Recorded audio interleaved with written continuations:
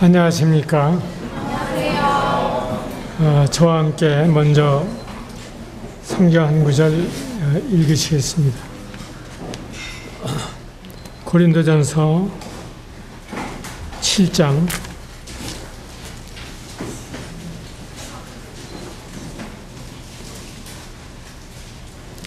17절부터 24절까지. 각 사람은 주님께서 나누어 주신 분수 그대로 하나님께서 부르신 처지 그대로 살아가십시오. 이것이 내가 모든 교회에 명하시는 지시입니다.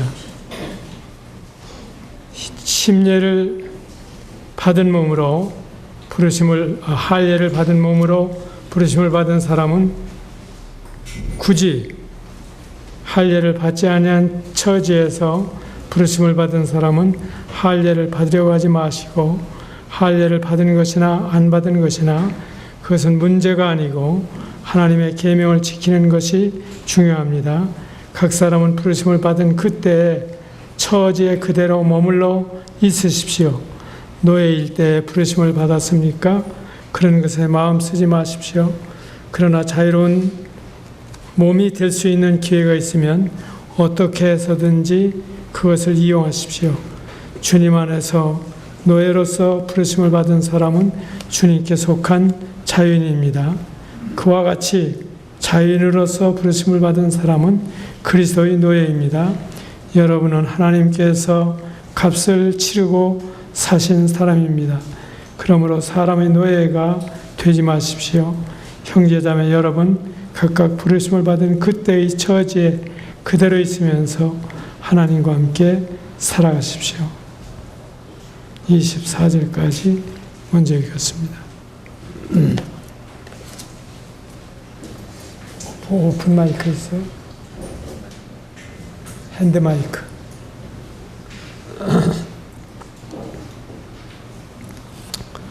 오늘 후배 메시지를 들으니까 제가 안심하고 가도 좋겠다 하는 생각이 들었습니다. 시니어 청년이라는 말을 쓰셨는데 진짜 시니어 청년은 여기 있습니다. 백발 청년 송찬호입니다.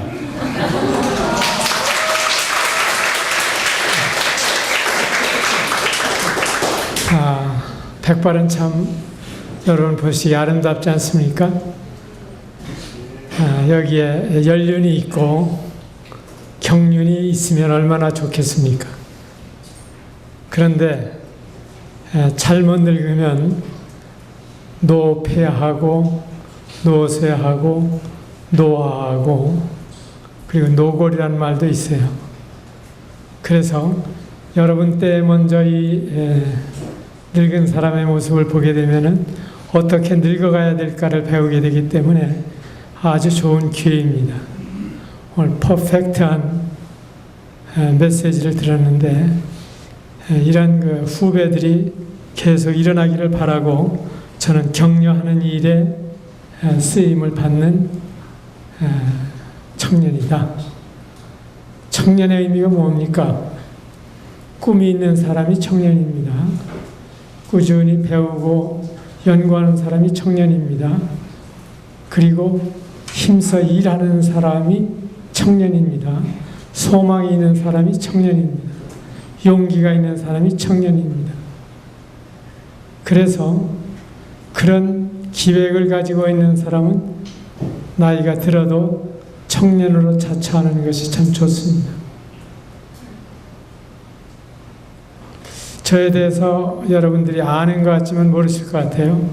제가 몇 살쯤 돼 보입니까? 제대로 아는 사람은 아마 1940년생이라고 하는 걸 알 거예요. 여러분이 태어나기 전에 제가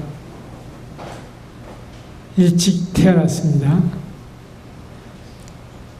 그리고 제 이름은 송찬호인데 나라 관계는 없지만 송나라는 960년부터 1224년까지 중국 대륙을 지배하던 나라가 있습니다. 거기에다가 찬자는 주님을 알기 전에 우리 아버지께서 선견지명을 가지고 계시고 주님을 찬양하도록 이름을 주셨고, 호자는 중국의 주나라의 수도가 호경에 도읍하였다 이렇게 되어 있죠. 호경의 호자입니다. 원래는 세운변에서는 높이 불 위에다 올려놓고 끓이는 남비호자인데, 남비호자라고 하면 좀 촌스럽잖아요. 그러니까 중국의 수도를 따라서 호경호자라고 부릅니다. 그럼 많이 아는 것 같죠, 저에 대해서? 이 남한산성 쪽에 자리 잡은 이 분당 교회, 남한산성이 아마 오늘 내일 사이에 세계 문화유산으로 등록될 만큼 유명한 산입니다. 적어도 선사시대에 유명했고 역사 이래로 삼국이 각축전을 벌이던 땅입니다. 그리고 인조 때에는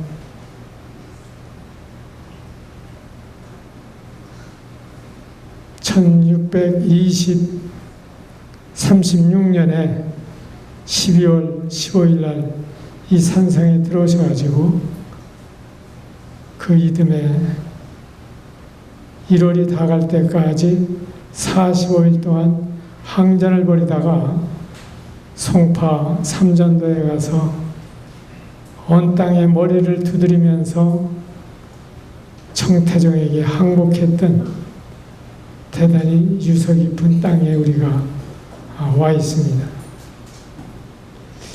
분당이라는 이름이 듣기에는 좀 낯섭니다. 그러더라도 분당을 많이 하는데 자꾸 분당해서. 그러나 여기야말로 함지박처럼 아주 아늑해서 사람 살기에 예로부터 좋은 땅이었습니다. 제가 2012년 9월 15일 날 입당식 할 때 여기에 와보고 참 좋은 곳에 자리 잡은 아름다운 모임이다, 예배당이다 하는 생각을 가졌습니다.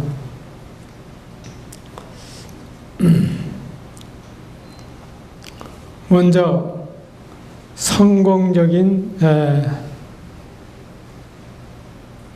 직장생활.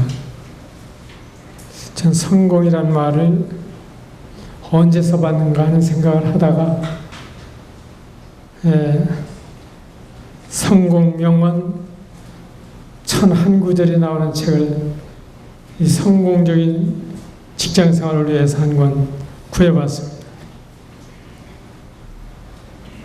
거기에서 보여주고 있는 것은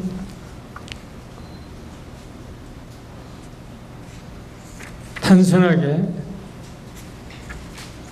정말 꾸준히 행동하는 것이 습관이 되고, 그리고 꾸물거리고 머뭇거리고 생각만 하고 있을 때 성공할 수 없다고 하는 사실을 지적해 주고 있어요. 그리고 마음가짐과 믿음과 신념과 가치관과 자신감과 자기 확신을 가지고 있을 때 성공하게 된다. 그리고 생각하는 것과 아이디어, 계획을 세우고 준비하고 과정을 굳건히 밀고 나가야 할 때 성공한다. 그리고 낙관적이고 긍정적이고 가능성을 가지고 있는 그때에 성공하게 된다. 미래에 대한 목표를 가지고 결심하고 그 꿈을 키워나가는 사람이 성공한다. 열정이 식어가고 무기력해지고 흥이 나지 않을 때 그 열정과 헌신과 사랑과 간절함을 갖게 될 때 성공한다. 인내하고 노력하고 끈기 있고 지속적이고 집중할 때 성공한다. 용기도 필요하고 결단도 필요하고 시련도 필요하고 그것을 극복하는 언덕을 넘어설 때 비로소 성공한다.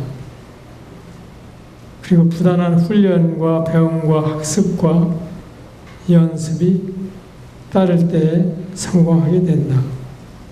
때로는 관계와 환경과 장애와 위험과 의심과 실패 앞에서 좌절하지 않을 때에 성공한다 하는 성공 철학을 잘 얘기해주고 있어서 이 시간에 여기에 있는 이야기를 이만큼 두꺼우니까 그리고 한영어로 되어 있고 다 알 수 없지만은 여러분들이 한번 읽어봐도 좋지 않은 책인가 하는 생각이 들었습니다.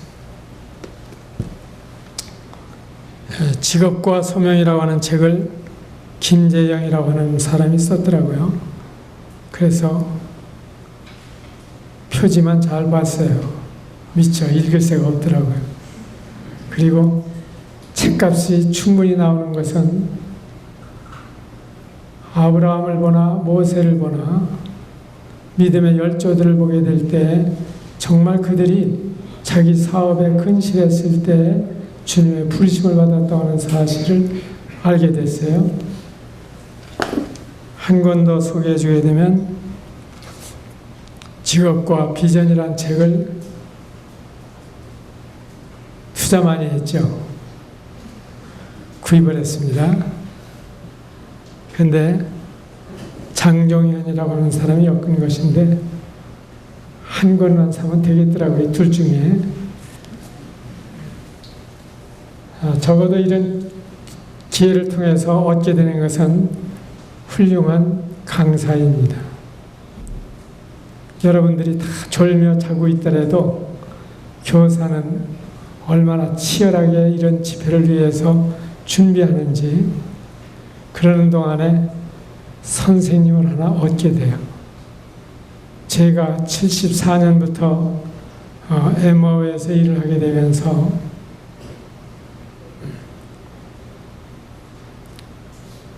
여러분 같은 그 제자들이, 후배들이 저를 키워주신 겁니다. 학생들은 형편대로 참석을 하지만 교사는 수만 명에게 이야기하는 것처럼 준비하고 말하게 됩니다. 이 짧은 시간에 제가 가지고 있는 생각을 다 이야기할 수 없지만은 그러나 여러분들 가운데에서 이렇게 준비하고 이렇게 자기를 단련하는 것이다 하는 것만 배울 수 있다면 여러분들은 이후에 제 나이쯤 되었을 때에 더 훌륭한 교사로서 본을 보이면서 가르칠 수 있지 않을까. 그러면 저는 후회 없는 강의를 한 셈입니다. 근로에 관한 성경적인 견해를 보게 되면 하나님은 토기장애로서 인생을 지으시고 일하시는 분이십니다. 하나님은 일하신 후에 쉬셨어요. 하나님은 그의 수고에 대해서 만족하게 여기시고 항상 보시기에 좋았더라. 예수님은 목수이셨는데 아마 대목이셨을 것 같아요. 얼마나 섬세하게 아름답게 목수일을 잘하셨을까. 그리고 주님이 공생애를 시작하신 후에는 성부의 뜻을 이루시고자 아버지께서 일하시니 나도 일한다고 말씀하시고, 그리고 우리에게 동산을 다스리도록 명하신 것을 보게 되면 근로를 암시하고 있다고 봅니다. 그렇기 때문에 이 근로는 선택의 문제가 아니라 명령입니다. 일하기 싫어하는 사람은 먹지도 말라고 하셨기 때문에 죽어야 하는 것입니다. 안 먹고 사는 사람이 있어요? 그리고 직업은 그야말로 컬링입니다. 하나님의 소명입니다. 이 사회를 건설하는 데 표본이 되는 것입니다. 남에게 해가 되는 직업을 선택한다고 하는 것은 살인적인 행위입니다. 내가 돈 벌기 위해서, 공자가 그런 말을 했어요. 화살을 만드는 사람과 방패를 만드는 사람이 누가 더 특별히 선하다거나 악하다고 할 수가 없다. 그런데 화살을 만드는 사람은 계속해서 어떻게 하면 사람을 죽일까 하는 연구를 계속한단 말이죠. 방패를 만드는 사람은 어떻게 하면 사람이 상처도 입지 않고 살 수가 있을까를 연구한다. 직업이 이처럼 중요한 것입니다. 여러분들의 지금 직장 생활이 죽이는 직장입니까? 살리는 직장입니까?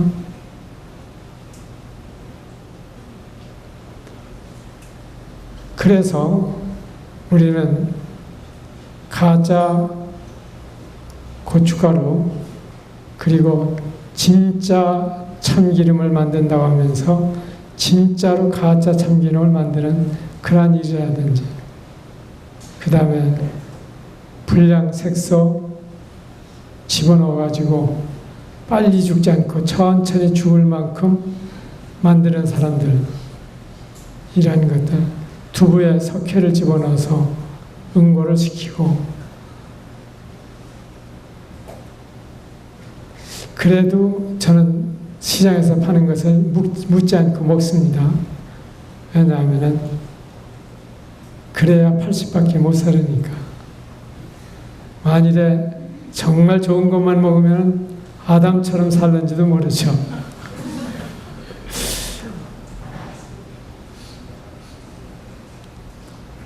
그리고 우리가 하고 있는 일이 자유의 정의와 평화와 공존과 협동을 이루는 일에 참여하고, 그리고 자신의 적성과 취미와 소질과 꿈에 합당한 이러한 일을 찾는 것이 진정으로 행복한 직장 생활이 될 것입니다.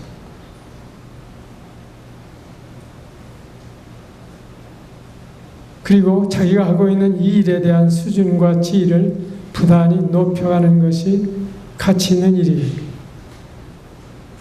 어떤 과장이 높은 사람이 나타나려고 하면 갑자기 책상을 정리정돈하고 단정하게 앉아 있어요. 지나가다 쓱 보죠.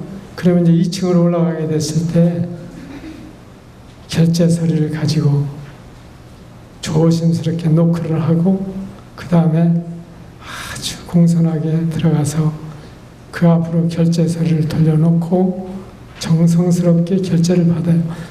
양수거제하고 네. 그럼 쾅쾅쾅쾅 찍어요. 이 높은 사람은 결제 서류가 많기 때문에 요점만 얘기해요. 요점만.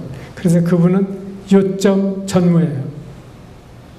요점 전무는 그냥 이야기에 떨어지기가 미쁘게 도장을 찍는데, 그걸 걷어가지고 뒷걸음쳐 나와서 문을 공손히 소리 안 나게 닫고 나와서는 책상 위에다가 탁 팽개치는. 송 선생, 내가 이렇게 굽실거리면서 살아야 되겠어? 우리 아이를 이 학교에 입학시키지 않은 게 천만다행. 그렇지 않으면은 퇴교하다가 보고서 아빠 했을 때 혼나는 꼴을 어떻게 보여주나. 그래도 그 사람이 장수하더라고요. 그 학교에서. 왜 장수했느냐? 정문에서 딱 별 떴다 하고 신호가 와요. 그러면은 그때부터 책상을 착 정돈해 놓고 다소곳이 앉아 있는 거예요. 그 다음에 그분이 올라가면 그렇게 결제를 받는 거예요. 그리고 나서 나와서 팽개치는. 그러고서 하루 종일 놀아. 그런데 그분 퇴근할 때까지 퇴근을 안 하거든요. 비싼 밥 시켜 먹고 특근 달아가면서 안 한단 말이에요. 그러니까 그 사람에게는 높은 사람이 볼 때 참 성실한 사람이에요. 사람의 눈가림하기는 아주 쉽더라고요. 근데 제가 그 학교에 5년 동안 근무를 하면서 땡 선생이었거든요. 출근 시간 땡 하면 들어가요. 퇴근 시간 땡 하면 나와요. 그러니까 학교에서 이 선생 버릇을 좀 가르쳐야 되겠는데 하고 늦지감치 일거리를 주는 거예요. 그럼 내일 감사가 나온대요. 예, 그 보따리 싸가지고 와서 집에서 하겠습니다. 제가 저녁에 일이 있기 때문에 여기서 머물러 있을 수는 없습니다. 그렇게 주장을 했더니 그 뒤부터는 자기가 먼저 시계를 봐요. 송 선생, 여기까지만 해주고 가실 수 없을까요? 그래서 5년 동안 볼 일이 없어도 5시에 제가 퇴근을 해야 했습니다. 퇴근 안 하면 버릇이 잘못되잖아요. 그리고 주위에 있는 동료들도 송 선생님 먼저 가십시오. 저희들이 알아서 하겠습니다. 하고서 저를 해방시켜주는 거예요. 제가 왜 바쁜지를 알기 때문에 그 뒤부터 저에게 소망에 관한 이유를 묻습니다. 그리고 복음을 들어요. 똑똑하다는 사람들이 내가 볼 땐 당신은 참 미련한 사람이야. 성경에 말씀하시기를 미련한 사람은 하나님이 없다고 한다고 말씀을 하셨는데 당신에겐 하나님을 모르고 있잖아. 그랬더니 군산에서 토업으로 졸업한 분인데 자극을 받았어. 정말 난 똑똑한 줄 알고 똑똑하게 채용이 되고 똑똑하게 일하고 있는데, 그리고 천재는 IQ가 그 사람이 145라고 그러는데 근무만 잘하는 게 아니더라고요. 탁구도 잘 치고 운동도 잘하고 다방면에 잘하더라고요. 그 사람이 주님을 믿고 지금 있는 듯 없는 듯 모임 가운데에서 평생 주님을 섬기고 있습니다. 이번에 광주 동북교회 가서 그때 사실을 들었습니다. 한 번 복음을 듣고 나니까 얼마나 주님을 사랑하는지, 그 친구가 볼 때 자기하고 단짝 친구였는데 애인이 생긴 줄 알았대. 그래서 뭐 너 요즘 연애하고 있냐? 그 연애한다고 하는 사람이 그 송 선생이냐? 물어봤다는 거예요. 그러니까 전도지를 내주면서 그 사람은 아이가 셋이 있는 남자야 하고 이야기했다고 들었어요. 주님을 만나면 그렇게 주님을 사랑할 수밖에 없고 주님을 위해서 살 수밖에 없어요. 2만여 명이 졸업하는 그 대학의 초중고등학교가 함께 있는데 어느 때가는 그 요소에다가 성도들을 다 전도지를 들고 배치를 해가지고 일망타진하는 심정으로 전도지 배부를 몇 차례 했어요. 그러니까 교내에서 문제가 일어나면 이단 문제라든지 난해구절 문제라든지 저를 찾더라고요. 그리고 엠마오 전도 집회에 차비내주고 밥 사주고 그러면서 데리고 다녔어요. 그랬더니 그 장에서 몇 사람이 구원을 받았는데 구원받지 않은 사람들도 이제 복음을 아는 거예요. 그 간증을 다 들으면서 나도 아직 믿지 않았지만 저 사람 간증은 어째 좀 시원찮다 하고 판단할 만큼 수준이 달라졌어요.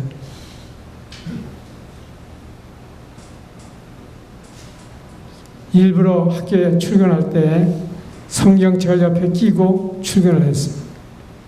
내가 그리스도인이라는 걸 알아야 될 테니까.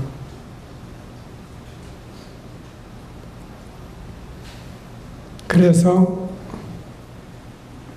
그 가운데에서 주님이 열매를 주시는 것을 보았습니다. 어떤 직원이 찾아왔어요.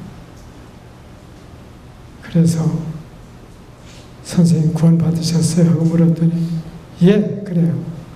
어떻게 구원 받으셨어요?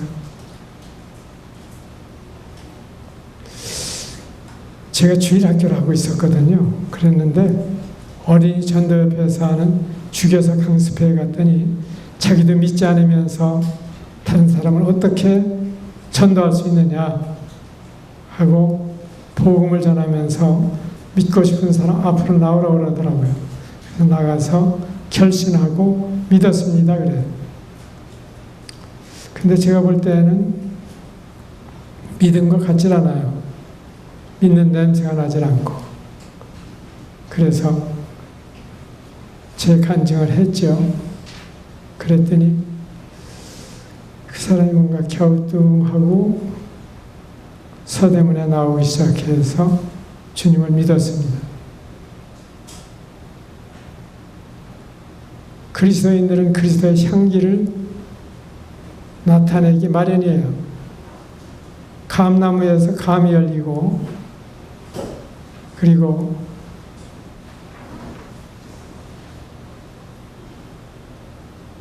그 나무마다 가지고 있는 향기, 풀마다 가지고 있는 향기를 보고 듣고 깨닫고 우리가 아는 것처럼 그리스도인은 그리스도의 향기를 나타낼 수밖에 없습니다. 하나님의 말씀이 우리 안에 거하시고 하나님의 성령이 인도하시면 우리는 그 길을 자연히 가게 되고 그리스도의 빛과 향기를 나타내게 되는 거죠.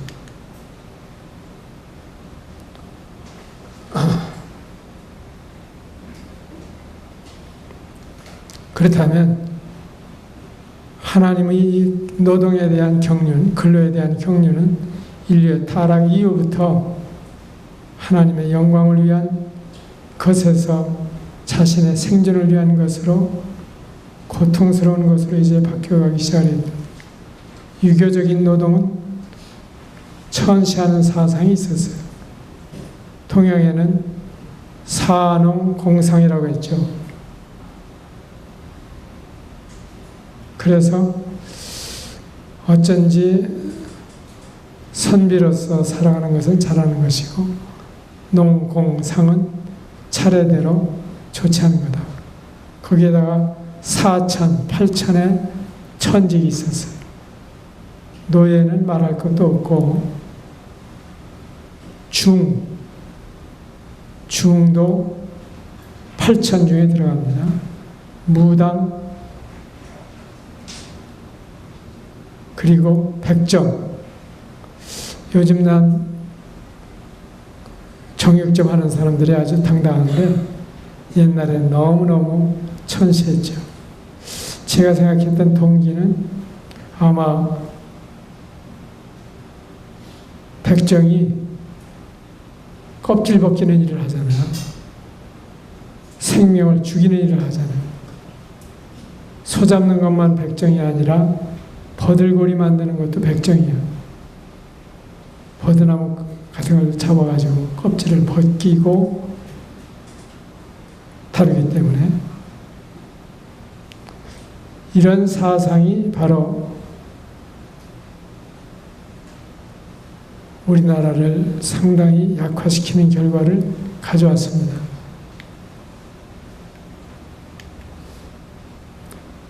산업혁명 이후에 이 근로에 관한 각종 사회과학적 관점이 그리고 노동관과 직업관이 이제 세속화를 부채질하죠. 그리고 그러한 과정에서 윤리적 공백 상태를 겪게 되는 거예요. 그런데 하나님은 창조하실 때부터 다스리며 지키게 하십니다. 타락한 뒤에 종신토록 수고하도록 정하셨어요. 그래서 땀 흘리는 직업이 참 좋다.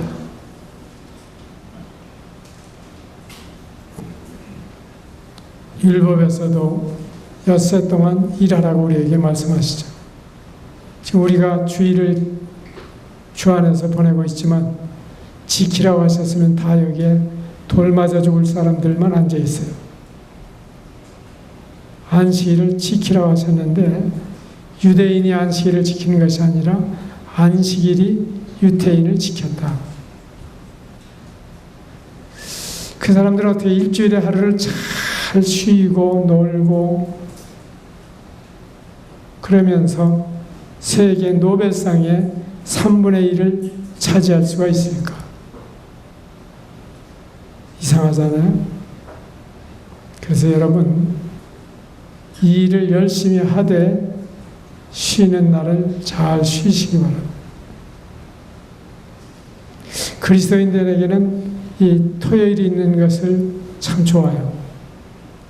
세상 사람들은 이틀씩 놀려고 그러니까 더 피곤해지죠. 더 멀리 갔다가 더 지쳐가지고 돌아와서 블루먼데이를 맞게 되죠.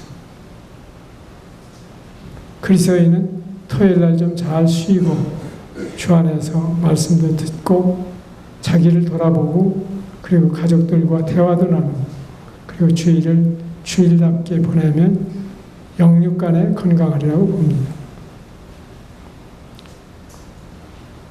주님도 참 분주하게 일하셨던 경험을 보게 됩니다. 사도들도 밤낮 일하는 이러한 모습을 볼 수가 있습니다. 그런가 하면 우리가 휴식도 적당히 필요하다고 하는 것을 보여주십니다. 하나님이 지으시던 일을 일곱째 날이 이를 때 마치고 일곱째 날에 안식하셨습니다. 사람은 마지막 날에 지음을 받았기 때문에 쉬고 나서 일을 시작했어요. 율법 이후에 선지자들도 지도자들도 주님도 그러한 사실들을 보여주십니다.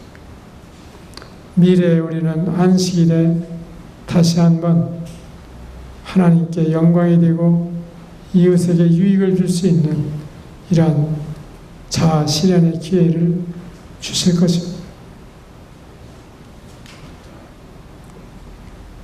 그렇다면 우리가 직장인으로서 성실해야 되고 순종해야 되고 그리고 공경할 필요가 있습니다. 근신해야 되고 공경해야 되고 인내해야 됩니다. 떼어먹지 말고 온직 선한 충성을 다하게 하라. 이것이 주님 우리에게 주시는 뜻입니다.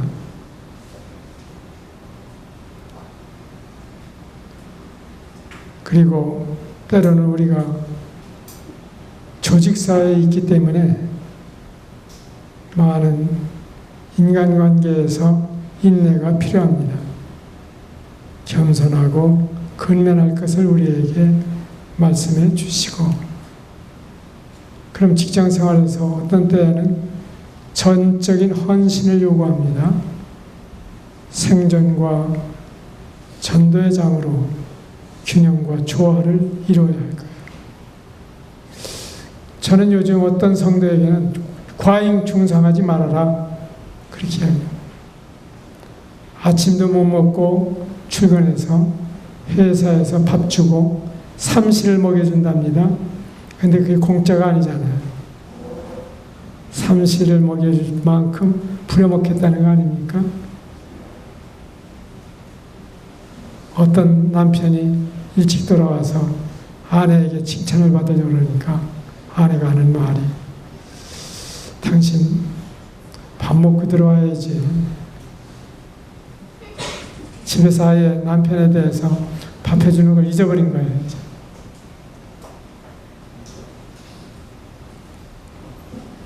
그 다음에 기능사회로서의 능력만 요구하지 인격을 요구하지 않습니다. 그러다 보니까 신앙과 인격을 우리가 바탕으로 하는 능력을培养해야 할 거예요. 요즘 돈 벌기는 상당히 쉽지 않나 하는 생각이 듭니다. 이병철 씨가 돈 버는 방법과 정주영 씨가 돈을 버는 방법을 여러분들이 좀 잘 연구해 보시기 바랍니다. 워렌 버핏이나 또 그렇지 않으면 또 유명한 사람 누구 있죠?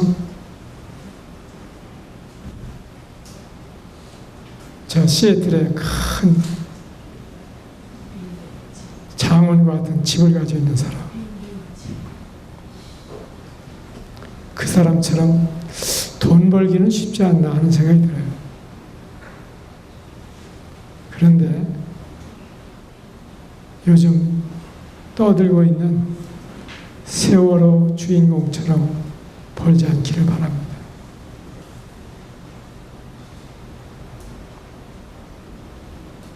때로는 우리에게 화합을 위해서 타협을 요구하는 경우가 있습니다. 술에 술 탄 듯 물에 물 탄 듯 살아가지 왜 이렇게 거끄럽게 살려고 하느냐. 제가 주님 믿기 전에도 교회 생활을 했기 때문에 그때 술, 담배를 하지 않으려고 했습니다. 그런데 신임 교사가 왔다고 환영회를 한대요. 그래서 남선관이라고 하는 요정집에 가서 거창하게 환영회를 하는데 주인공이 나란 말이야. 근데 이제 첫 순배가 돌아가는데 안 마신다고 그랬어요. 두 번째 순배가 돌아가는데 안 마신다고 그랬어요. 세 번째가 돌아가는데 옆에 앉아있던 기생이 무슨 남자가 술도 못해 그러면서 억지로 이제 입에다 부었는데 제가 술 맛을 모르는 사람이 아니거든요.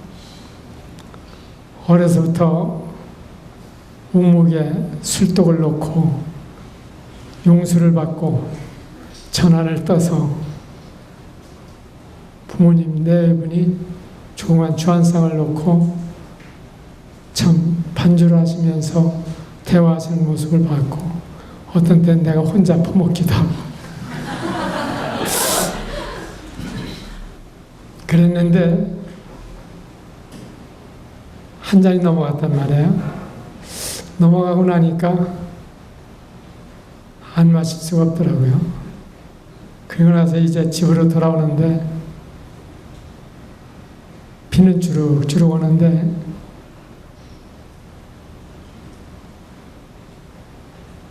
높은 줄 알고 디뎌보면 물이야. 왜냐하면 거기에 더 밝게 보이거든요. 그래서 움푹질푹해서 비에다가 함께 옷을 버리고 그러고서 이제 집으로 돌아온 다음에 한 번 절개가 꺾여지니까 그 다음부터는 양조장에서 살게 되더라고요. 제 친구가 하는 양조장이 있었거든요. 친구가 아니라 친구의 형 정운평이가 하는 양조장인데 제 친구는 정운 이름 잊어버렸네. 충청북도 도지사 정운갑에 사촌되는 사람인데 양조장 옆에다가 아예 자리를 잡아놓는 거예요. 그리고 술은 자기 동생이 마음껏 퍼가지고 오고 톡한 술을 그리고 안주만 우리가 대해서 밤을 새워서 먹다 보니까 밤새도록 먹었는데 자고 일어나니까 아래가 다 축축하더라고요. 일어나 보니까 다 도망갔어. 밤새도록 퍼마시고 그 전에 제가 어떤 기도를 했는지 아십니까?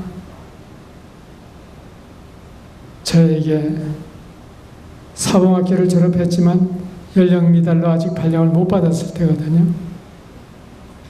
제 생일이 7월 달입니다. 날짜는 안 밝히겠어요. 혹시 축전을 보낼까 봐.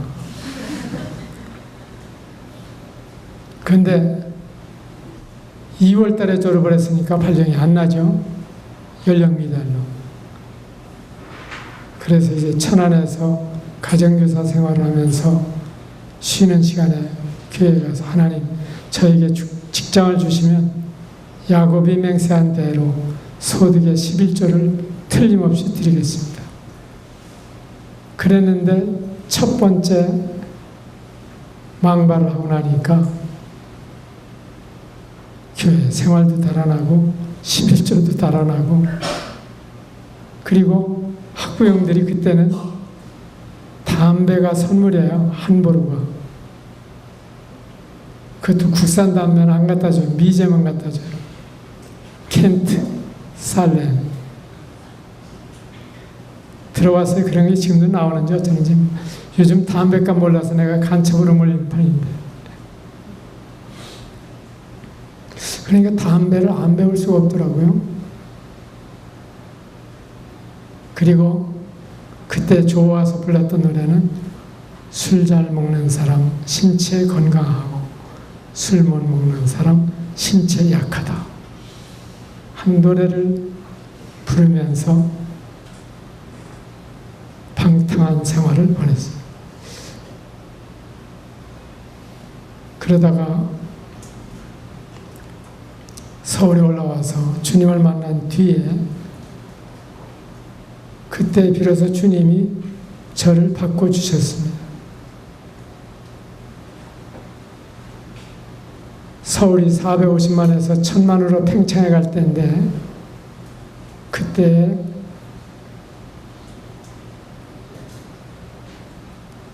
충청도에서 600명의 교사들을 전입을 받았어요. 그래서 충청도 대전에서 선생을 하던 사람이 서울에 올라왔는데, 서울 관악산 기슭에 종달새가 우지지고 낮에도 뻐국새 소리가 들리는 곳으로 발령을 했어요. 한 학급이 103명, 그리고 한 학교에 100학급.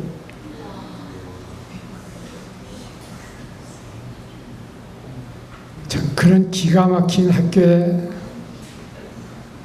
발령을 받았는데, 거기에서 시작해서 주님을 믿는 사람을 그 학교에서 만나게 됐고, 제 아내에게도 복음을 전했고 저에게도 복음을 전한 그 선생님을 통해서 주님을 믿고 난 뒤에는 제 마음에 주님을 위해서 살고자 하는 마음이 저절로 일어났어요. 전도하고자 하는 마음이 생겼어요.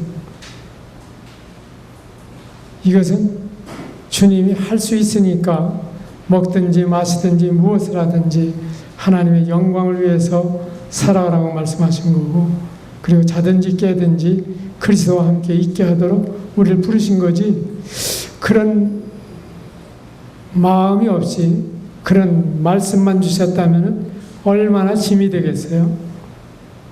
그래서 술, 담배 문제를 자연히 해결했어요.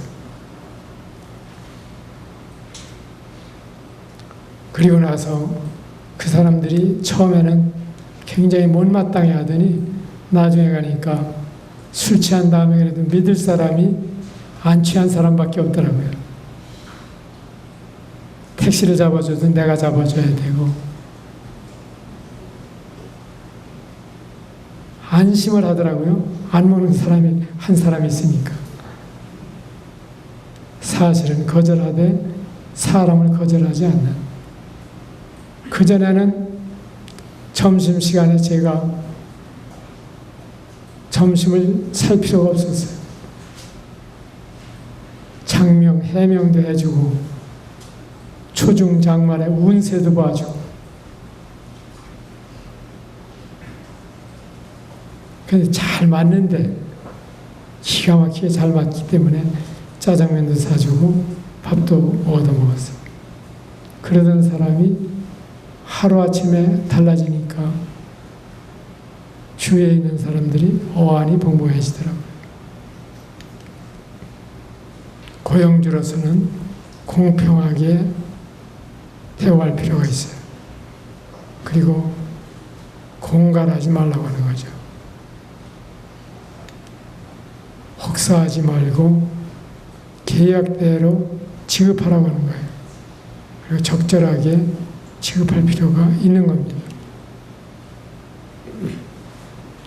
정기에 지급하도록 성경을 말씀하시고, 그리고 그들이 호소하는 것에 대해서 경청하도록 가르치십니다. 왜 우리가 일을 해야 되느냐? 다른 사람을 보살피기 위해서, 그리고 향락에 빠지지 않도록, 그리고 탐심에 빠지지 아니하고 선한 일에 부하고 선한 사업에 부하고 나눠주기를 좋아하며 동정하는 자가 될 수 있도록 우리를 부르신 거예요. 어떤 청년들이 주님 곧 오실 텐데 먹을 만큼 일하다가 가면 되죠. 저는 그리스도인들이 선한 동기에서 선한 방법으로 주님이 지혜 주시는 대로 잘 버리시기를 바랍니다. 우리는 부자들에 대해서 어떤 혐오감을 좀 가지고 있어요. 쓸 줄을 모르니까. 그러나 주님이 허락하시면 부자가 될 수 있죠. 저는 그 전에 그렇게 기도했어요. 하나님, 왜 돼지 같은 사람들에게 저렇게 돈을 많이 주시고 성도들을 그렇게 가난하게 하십니까? 그랬는데 오히려 구제를 좋아하는 자는 풍족해질 것이요 남을 윤택하게 하는 자는 자기도 윤택하게 될 것이라고 말씀해 주십니다. 그리고 우리가 주님을 위해서 부르심을 받는 경우가 있는데, 모세도 장인 미디안의 제사장 이드로의 양무리를 부지런히 40년 동안 돌보고 있을 때에 주님이 부르셨어요. 기드온도 일하고 있는 현장에서 부르십니다. 엘리사도 소를 12결이 해서 갈고 있는 현장에서 부르십니다. 아모스도 그렇습니다. 이러한 사실들을 보게 될 때 우리는 주님이 정확히 부르실 때 부르심에 대답할 수가 있어요. 그러나 제가 확신하건대 제가 홍익학원을 떠난 뒤에 그보다 더 많은 영혼들을 만나본 적이 없습니다. 개인적으로. 그분들 가운데에는 송 선생님 같은 분은 천에 하나, 만에 하나가 있겠습니까? 없습니다. 제가 뭐 이렇게 수혜칠 가치가 있는 사람이 아니죠. 근데 그들이 내 속에 있는 주님을 보았어요. 어떤 분은 예수님이 오시더라도 당신 같은 모습일 겁니다 하는 이야기도 들었어요. 어떤 분은 당신은 바울 같아요 그랬어요. 예, 바울이 키가 작았죠. 그런 이야기를 했습니다. 그런 사람들이 주님을 믿더라고요. 그리고 나만 만나면은 교회 안 나가는 게 어쩐지 미안하고, 나만 만나면 성경을 안 읽는 것을 미안하게 생각하더라고요. 그리고 학교에 전체적으로 저 사람은 그리스도인이라는 사실을 명백히 알려주고 알게 되는 경우였습니다. 제가 69년 4월 11일부터 74년 4월 11일까지 만 5년 동안 거기에 있었는데, 그 전에 주님을 알기 전에 살았던 삶은 주일날이 공일이야, 공일. 빌공짜. 옛날엔 웬공일, 반공일 그랬어. 토요일날은 절반만 일하니까 반공일이고, 일요일날은 온공일이었는데, 그 뒤부터는 제가 주일을 주님 앞에 성실하게 보내는 그러한 사람으로 바뀌었어요. 주님을 알기 전에는 제가 속리산도 가고 낙화암에 배를 띄우고 술탄을 벌리기도 했었죠. 제가 주님을 몰랐으면 아마 훌륭한 등산가가 되지 않았을까, 그런 생각을 지금도 합니다. 산을 참 좋아하거든.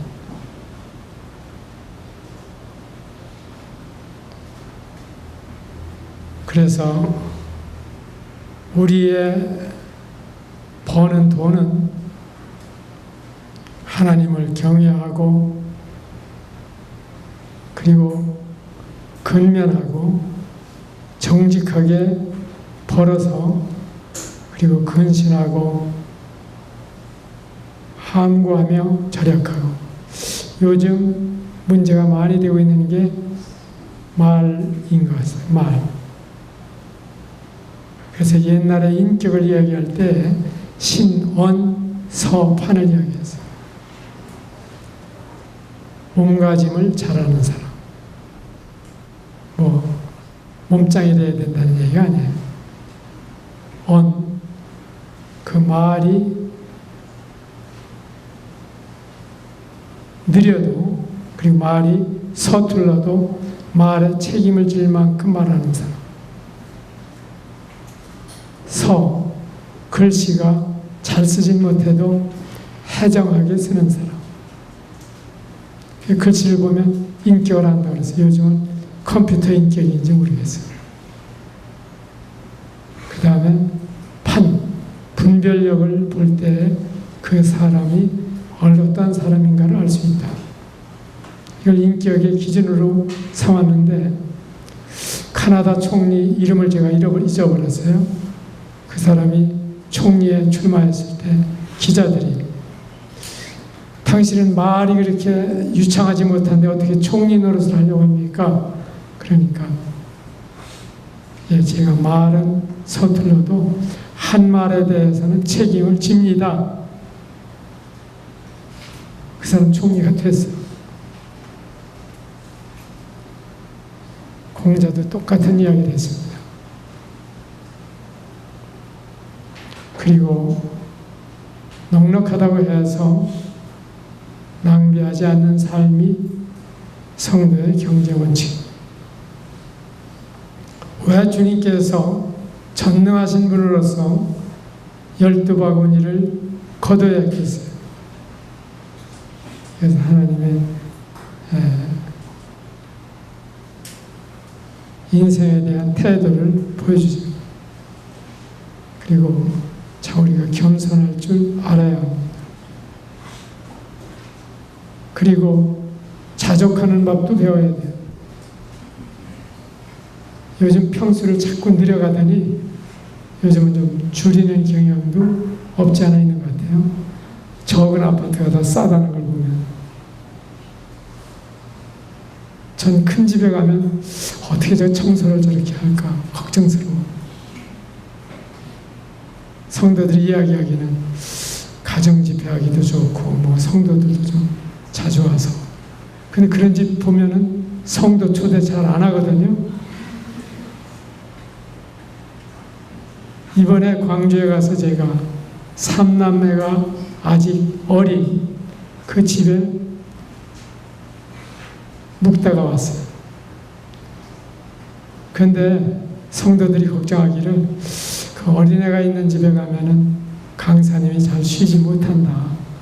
그러니까 자매와 손님이 오시면요 아이들이 눈치가 있다고 그러더라고요.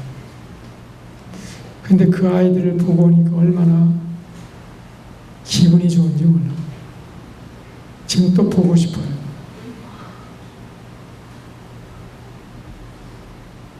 사람 사는 게 다 그런 거지, 뭐 이렇게 모텔에다가 집어넣고 조용하게만 있어야 되는 건 아니죠.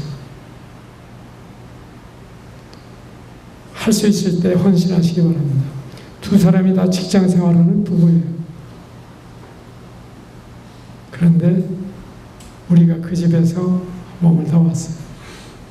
물론 다른 사람을 제가 정죄하지 않습니다.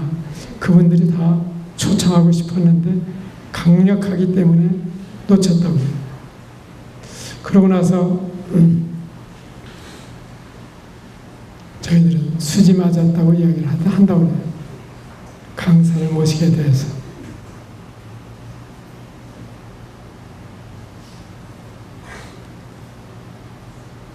자족할 줄도 알고 헌신할 줄도 아는, 그리고 보증 서지 마세요.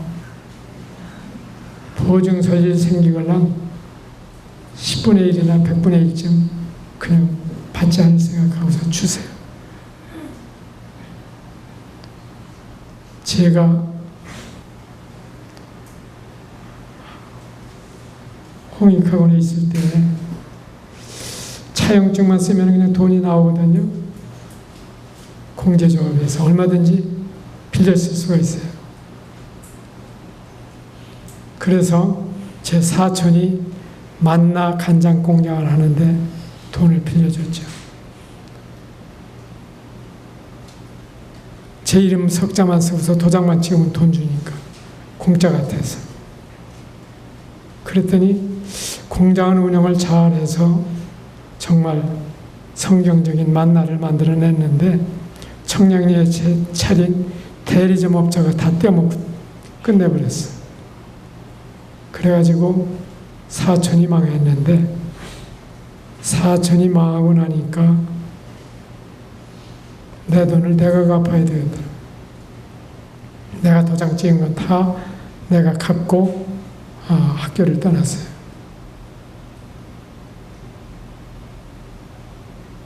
고리대금, 또 허욕을 버리는 것. 여러분 제발 복권에 당첨되지 않기를 바랍니다. 어느 형제와 복권 석장을 사서 한 장씩 나눠줬어요. 저도 한 장 가지고 있었어요. 형님, 잘 되면 우리 주님에 씁시다. 그랬는데 세 사람이 아무도 당첨이 안 됐어. 됐더라면은 그 형제는 그거 주지 말걸 하고 상당히 찜찜했을 거고, 나는 조면이 나한테 준 건데 이건 내 거지 뭐 당신하고 무슨 상관이 있느냐고 버틸 거고, 형제간에 의인할 거고. 잘 쓸 자신이 없어요. 저 엿장수가 옛날에 창경을 개방했을 때 복권을 사가지고 당첨이 됐는데 너무 황송한 돈이 당첨이 되니까 그만 죽어버렸잖아요. 너무 슬퍼도 안 됩니다. 사람은 너무 기뻐도 영육이 다 감당을 못해요. 축구 경기 보다가 죽은 사람도 있잖아요. 그러니까 갑자기 돈 벌지 않게 되기를 제가 기도합니다. 그리고 빚지지 않는 삶을 살도록 하세요. 적어도 프라마이너스 제로의 삶이 될 수 있도록 빚을 지더라도 적당히 빚을 필요가 있어요. 어떤 분은 사랑의 비대에는 아무 빚도 지지 말라고 그러니까 형제들 간에 더 인색한 거예요. 돈 안 주기로 아주 작정한 거지. 성경이 빚지지 말라고 그랬으니까. 그러지 마시고 주고 기대하지 마세요.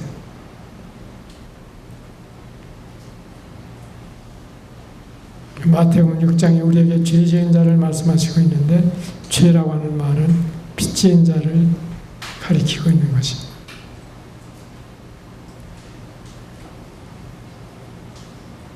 우리가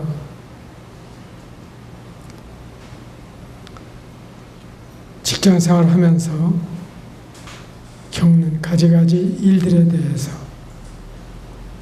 요셉의 경우도 그렇고 다윗의 경우도 그렇고 그 권위가 잘못되어 있어도 권위를 본인들이 다루려고 하지 않습니다. 주님의 손이 짧지 않기 때문에 주님께 맡깁니다.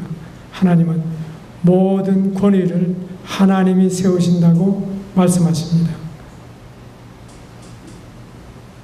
제 시간이 몇 시까지예요? 5분 내에 마치면 되겠죠? 그래서 성경은 권위에 대적하라 하는 말씀을 찾아봅니다. 남편보다 훌륭한 아내들이 얼마든지 있죠. 아내는 만년야당이기 때문에 사실 안 됩니다 라고 이야기했다가 남편의 의견대로 잘 돼도 가만히 있으면 돼요. 안 되면 커봐라. 내 말 안 들어서 되는 게 뭐가 있는지 5분만 박으면 되거든요. 그 다음에 부모가 하는 일이 어리석어 보여도 좋은 권면을 할 수 있지만 기다리는 거예요. 여전히 복종하는 자세. 또 직장에서 경영자가 하는 일이 어리석어 보여도 기다리는 거예요. 그 다음에 제안할 기회가 되려면 제안을 하십시오.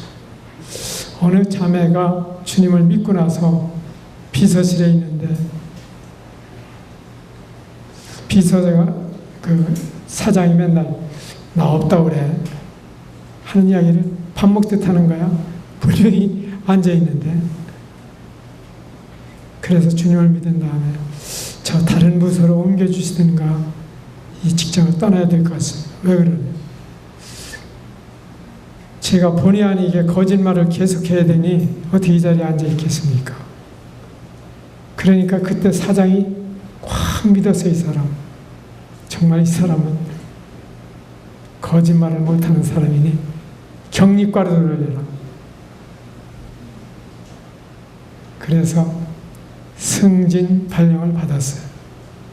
제주도에 있는 강자옥 자매가 호남전자 모자가 하는 회사에서 제안을 잘해가지고 제안상을 여러 번 받았어요.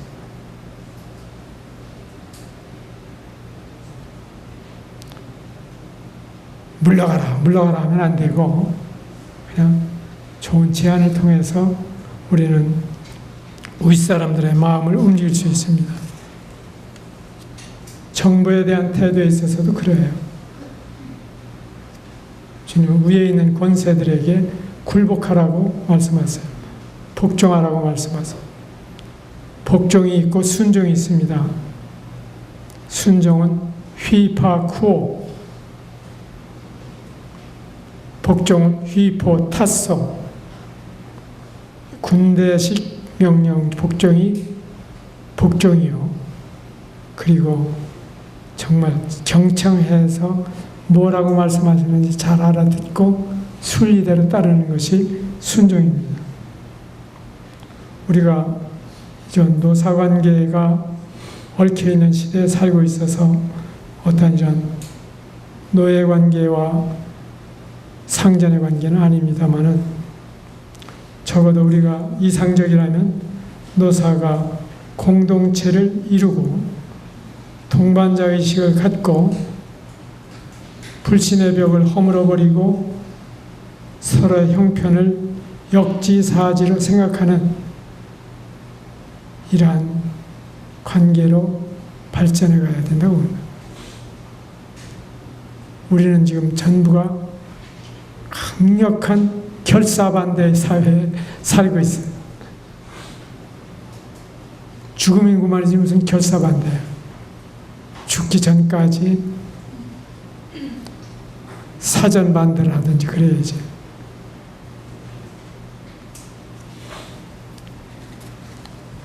울산에 가니까 집회를 하는데 현대 직원들이 다 나와요. 어떻게 된 거냐고 그랬더니 지금 파업 중이기 때문에 아주 좋대요. 그들은 모여 앉아서 띠를 두르고 결사반대를 외치고 있지만 성도들은 집회에 참석할 수 있는 참 자유를 얻고 있더라고요. 그러면 항상 복종하느냐? 다니엘처럼 하나님의 권위를 대적하는 그런 권위에 대해서는 할 수 없어요. 그러나 그들이 내리는 형벌은 순히 받아야 되는 거죠. 이러한 점에서 우리가